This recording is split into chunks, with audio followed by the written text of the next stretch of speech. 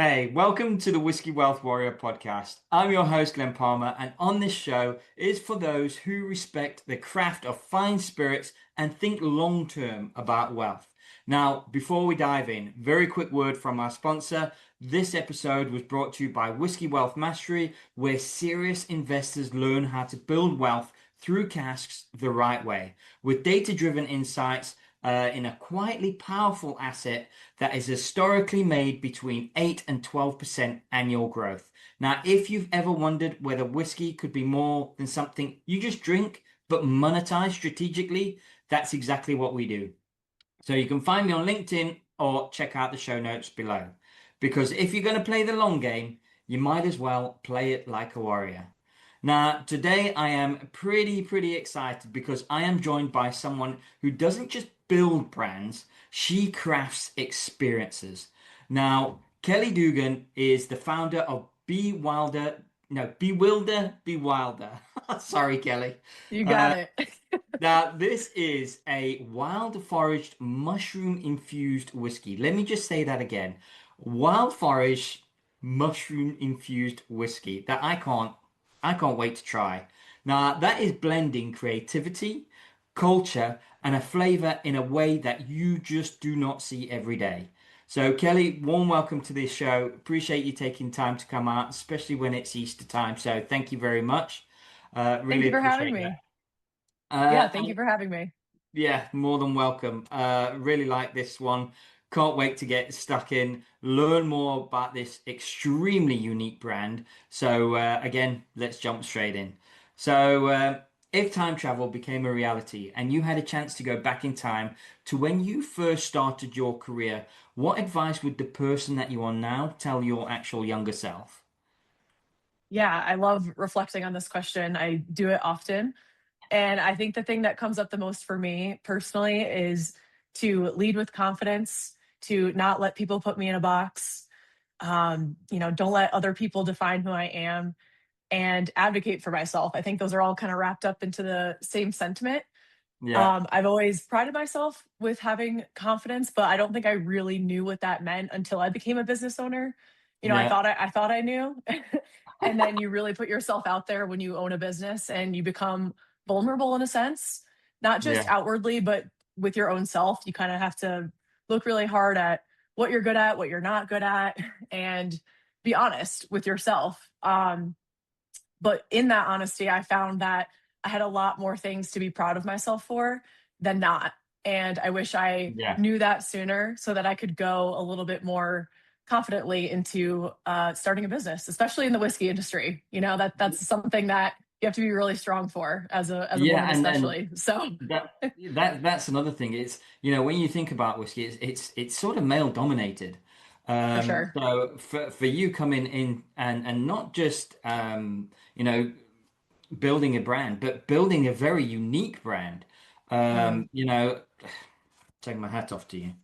Um, thank you. it's certainly hard work. So Kelly, you've worn For sure. many hats over the years. So what's made you go from working as a business development manager at Mhm. Day Pitney to thinking, you know what, I'm gonna start this own whiskey brand. Now, mushroom infused whiskey isn't exactly conventional. It's pretty far out there. Where did that idea come from? And what made you think that, you know what, this could actually work? Yeah. So I think I have to go back a little bit again and give, excuse me, some background on who I am. And that's someone who does wear many hats, like you said. And I think that was really important in my development to try out a lot of different things in life, especially while I was young. I think that was really important to just build different skill sets, which a business owner needs. It's not just one thing that we do everything.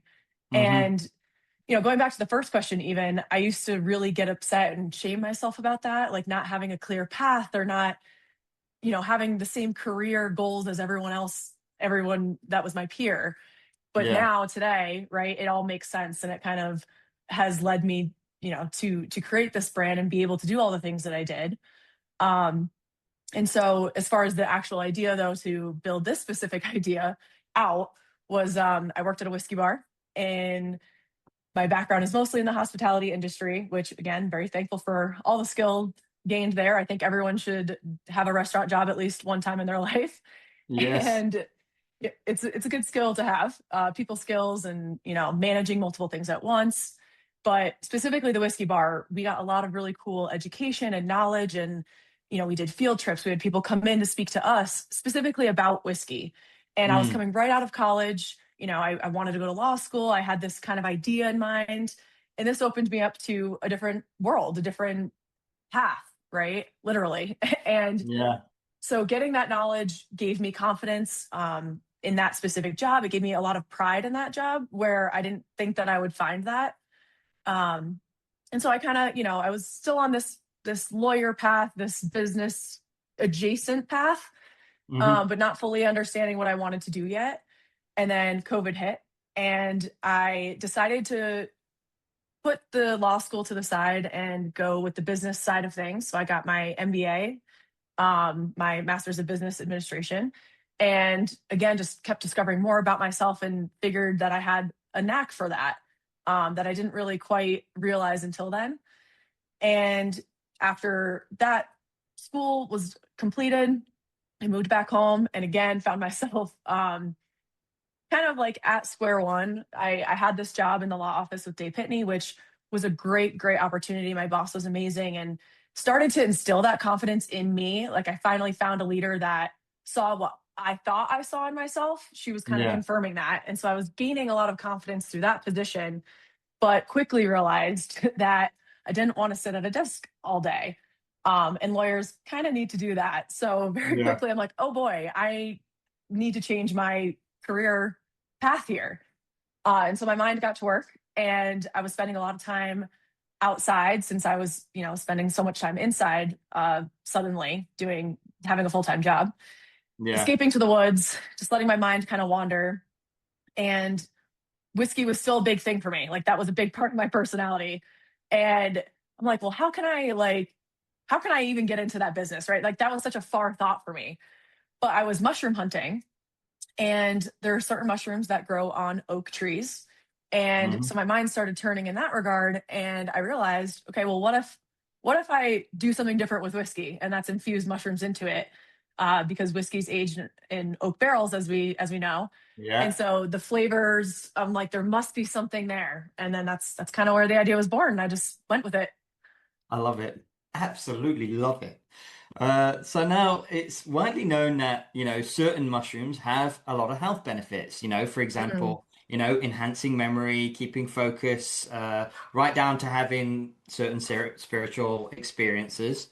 for Now, sure. I'm fascinated to know, what do mushrooms actually do in the whiskey? Is it the flavor? Is it the experience? Do they have health benefits? Or is this something actually deeper that you actually set out to create when creating Bewilder Bewilder? I Yeah. said it right So this it's time. funny. Yeah. People, when I tell them I have a mushroom whiskey, their mind kind of goes to, the magic mushrooms, and that is not the case. So I just want to make that very clear to anyone viewing this. This is just a whiskey, but a whiskey with foraged mushrooms. And so, to your point, there's a lot of mushrooms out there, and there's a wonderful world that is mushrooms. And Hmm. a lot of them do have benefits. We're still kind of studying mushrooms, and while they're the oldest living organism on earth, there's still a lot that we don't know about them, but there's a Yeah. lot to learn and gain from them. So the mushrooms in this first rendition of the whiskey do a few things. I use chicken of the woods, or Laetoporus sulphureus. It Yeah. is a polypore mushroom, and again, the research is still developing, but a lot of these mushrooms, that we consider choice edible mushrooms, the ones that we forage for, Hmm. they have a ranging health benefits to, cognition improvement, to liver function. So there's specific mushrooms, including this one, that help reverse fatty liver disease. There are some that literally improve your neuroplasticity, like connecting neurons to each other. Hmm. So many things, and that is amazing, right? But then what Yeah. we found in research and development of this product specifically is that the mushroom actually, when infused, breaks down some of the alcohol content of the whiskey, right? So we infuse it right into the barrel, and it took it absorbed about 3% of the alcohol content. And what that did Wow. was make the drinking experience of the whiskey a lot smoother. So this is 112 proof whiskey, which is, considered up there for the world of whiskey. Not the Yeah. strongest, but it's up there. And it Yeah. drinks like an 80 proof. So that is Wow. something that I think is really, really special about the product itself, is that the mushrooms and the whiskey are literally working together to enhance the experience of drinking Yeah. whiskey. So what taste notes do you get, when you drink the mushroom infused? Do you get that sort of woody oak flavor coming through? Mm. Is it a strong mushroom sort of taste, or is it an aftertaste? Can you tell us a little bit about that? Yeah, great question. So I like to describe it as a very complex drinking experience. So from the tip of your tongue to while it's inside your mouth, and then even on the way down, there's different points and different notes that you're going to get. It's got a little bit of a spice to it, a little bit of a kick. That being a high proof, but definitely the Mhm. woody earthiness. You get a lot of the mushroom on the nose, not necessarily in flavor, and I think Yeah. that is helpful for people who are kind of like adverse to mushrooms. It's not super mushroom heavy, just more on the nose, but the specific mushroom that we use kind of has a sweet smell to it. You definitely get that umami, a little bit of sweetness. So it's very complex, but think campfire, toasted marshmallow, you know, in a mossy forest. That's what I like to envision. Nice, nice. I love it. So you've built this more than a drink, for me it looks like it's a lifestyle brand. So Mm. how intentional was that right from the day dot? Or was it intentional or did it just come about? Yeah. So it was definitely intentional, though I don't know that I was able to articulate that from the beginning. But I always envisioned this as more than just whiskey, right? Whiskey in itself has done so much for me, create community, give me that confidence, give me great experiences. And so it's more than just having a drink. It's more than consumption. It is experience. And Yeah. so when we think lifestyle brand, that's what we think, right? Is we want to feel something, we want to experience something or associate a memory to that thing. Um, and there's this aspect of my brand called rewilding. So our tagline is rewilding tame spirits. And you could think on that, there's a lot there, but the word rewilding is not something I came up with. It's out in the ether. But it's this Hmm. concept of returning to this more innate instinctual sense of self, to reconnect with nature, to learn from, our mushroom friends and mycelium, and really get in touch, in tune with ourselves. And I think whiskey definitely helps us do that. So those two things go hand in hand. Nice.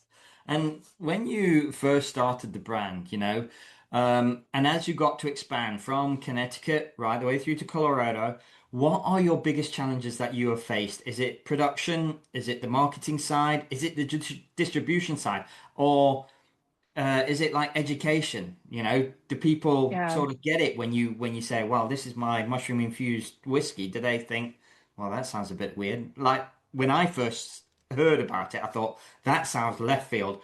However, the first thing I wanted to do was I need to try some of that. So, Mm. what are your biggest challenges that you have found so far? Yeah. I hate to say it like this, but all the above, right? As a business owner, it's everything and it's everything all at once. And so Yeah. it's about, managing myself, but then you have to work with other people in this industry, obviously, and it's the collaboration aspect. Sometimes you get closed doors. You got to keep knocking on Mhm. those doors. I am lucky that I have a sense of persistence, and that has helped me get some help in other aspects. For example, I use contract distilling, so that was easy in a sense where I have a one-stop shop, and this partner of mine helps me with every aspect of bottling, production, distribution, everything. So that Yeah. is great. But it is still a challenge because the type of licensing that my partner has is what I currently am operating through. And so that's limiting in that sense. Hmm. Um, Only have distribution to retail in Connecticut only. I'm working on expanding that. We do have direct to consumer, obviously, in many states in the United States, But that's a big challenge, right? Is getting licensing, which costs money, which takes time, and then you have to make those relationships. So getting out Yeah. there and talking about it and helping people understand, to your point that you mentioned, like it is something that I kind of need to explain. Some people get it, right? Mushroom people get it. They're like, yes, that makes sense to me. I love mushrooms. Awesome. Can't wait to try it. But then there's the people who maybe don't like mushrooms or don't really get how that works together. Yeah. And those people need a little maybe explanation or coaxing, or but as soon as people try it, they get it. And that is the best part of it. That's the easiest part, is that I believe in the product itself. Yeah. It speaks for itself when you get to experience it. Um, but yeah, like I do everything. It's all me aside from, the bottling and back end stuff. But the branding, the marketing, the getting out there is a one person job right now. Yeah. And so I would love to build a team out and have that kind of support and other people who are just as excited about this as me. Yeah. But that will come in time. So it's all part of the journey.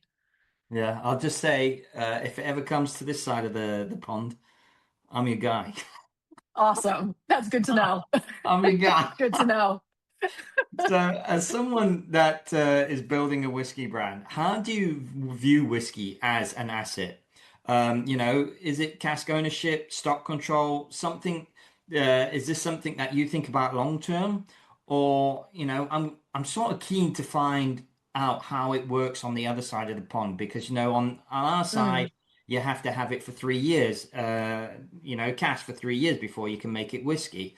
right. Is that the case in the US? Do you keep some of your whiskey aged, or do you just keep it cast for X amount of time before bottling it? What are the differences? Because there's major different. Well, from what I see, in my standpoint, there are major differences on both sides of the pond. So Mm, in the UK, if it needs to be Scotch, it needs to be in Scotland. It needs to be held in storage for at least 3 years before it becomes whiskey, and you get more aged statements than over in the US that I think. So right. yeah, can you tell us a little bit about that? How your process is, how it works? Are you going to keep any long term, aged sort of statements? Um, tell us a little bit about that. Yeah. Since meeting you, I've definitely thought more about this. You've opened me up to this part of the world, right? I've done my And job. you definitely have. And I think, for me specifically, for Bewilder Bewilder, we're still really young, we're still really small scale, but that doesn't mean we're not thinking about these things, right? We're Mm, always looking to the future and what opportunities lie ahead. That's how you stay in business, right? So I think it's a really interesting question because, back to your other question about how it is in the United States, similar, right?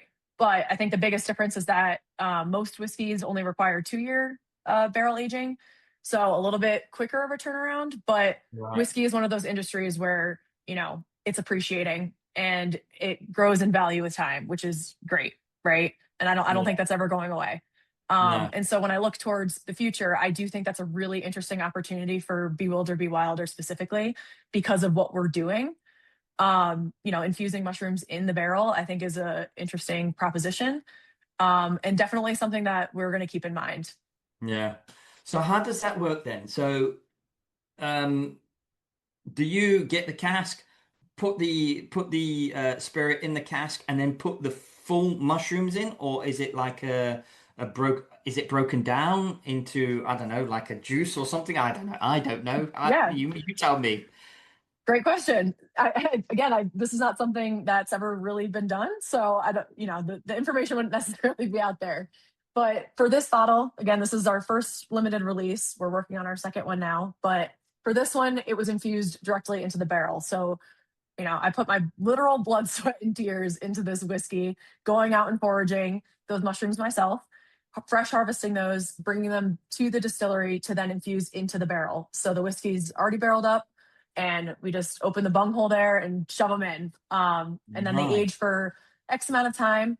This one was about, I think it was like a little less than a week that we were infusing. So it's really not that long of a turnaround, but there is so Mhm. much room to play with this. and so many avenues and opportunities just in that, right? Like we could experiment with so many different things here. Yeah. Um, but again, we're still early. So this is just the process that we've done so far. Yeah. Um, And like you yeah, say, there's so many things that you can do. You could, make it a little bit longer, infuse it a little bit longer, see what right. flavor profiles come up there.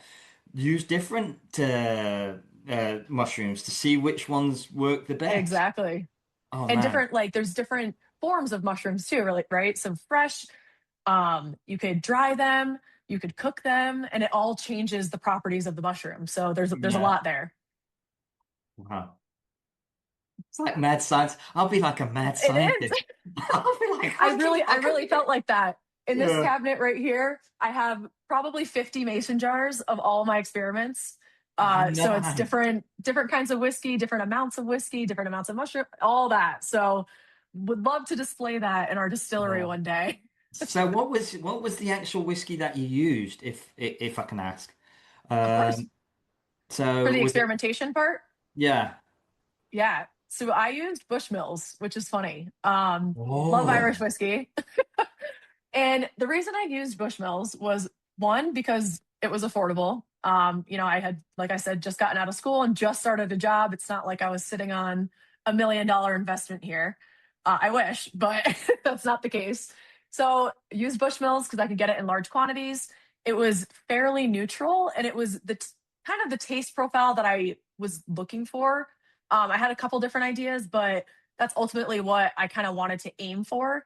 yeah. Now this ended up kind of different. This is a single malt, so definitely different. But it was a good, like, more neutral type of base to just see what the mushrooms were doing, right? Yeah. So, like, yeah, that's basically the motivation behind using that. Yeah. And it And worked it's out great. and it is a single malt, not bourbon or anything like that. That's a single Right, malt. Yeah. right, Oh, nice. yeah. Kelly, I need to get a bottle of that. Do not sell your last bottle. We'll I got a sort name on out. one for you. We'll sort out something. So, Kelly, thank you very much for coming on again and chatting about your wonderfully, wonderfully unique brand.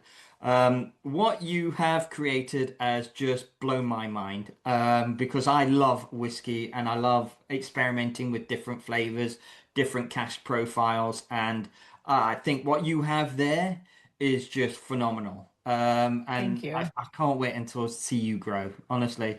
Uh, thank and you. again, thank you very much for my listeners and viewers of YouTube as well. However, just before we sign off, Kelly, I'm sure, I am positive that some of my listeners or viewers are going to want to get in touch with you. Where can they get their hands on Bewilder Bewilder whiskey? So, how can they do that? How can they get hold of you? Yeah. So we have a website that you can find my email at. There's a contact at bewilderbewilder.com for direct email inquiries. But the website is www.bewilderbewilder.com. Those are spelled the same. So it's Bewilder Bewilder twice, if that is helpful to remember. We also Yeah, have an Instagram page, and that is going to be at Bewilder Bewilder, and then a Facebook as well. And that is Bewilder Bewilder Whiskey. So any of those work, check them all the time, and I'd be happy to chat. sure. I'll put them in the show notes as well. Awesome. Well, that almost wraps up today's episode. Wanted to thank my guest, Kelly, for coming on with me, sharing that unusual passion.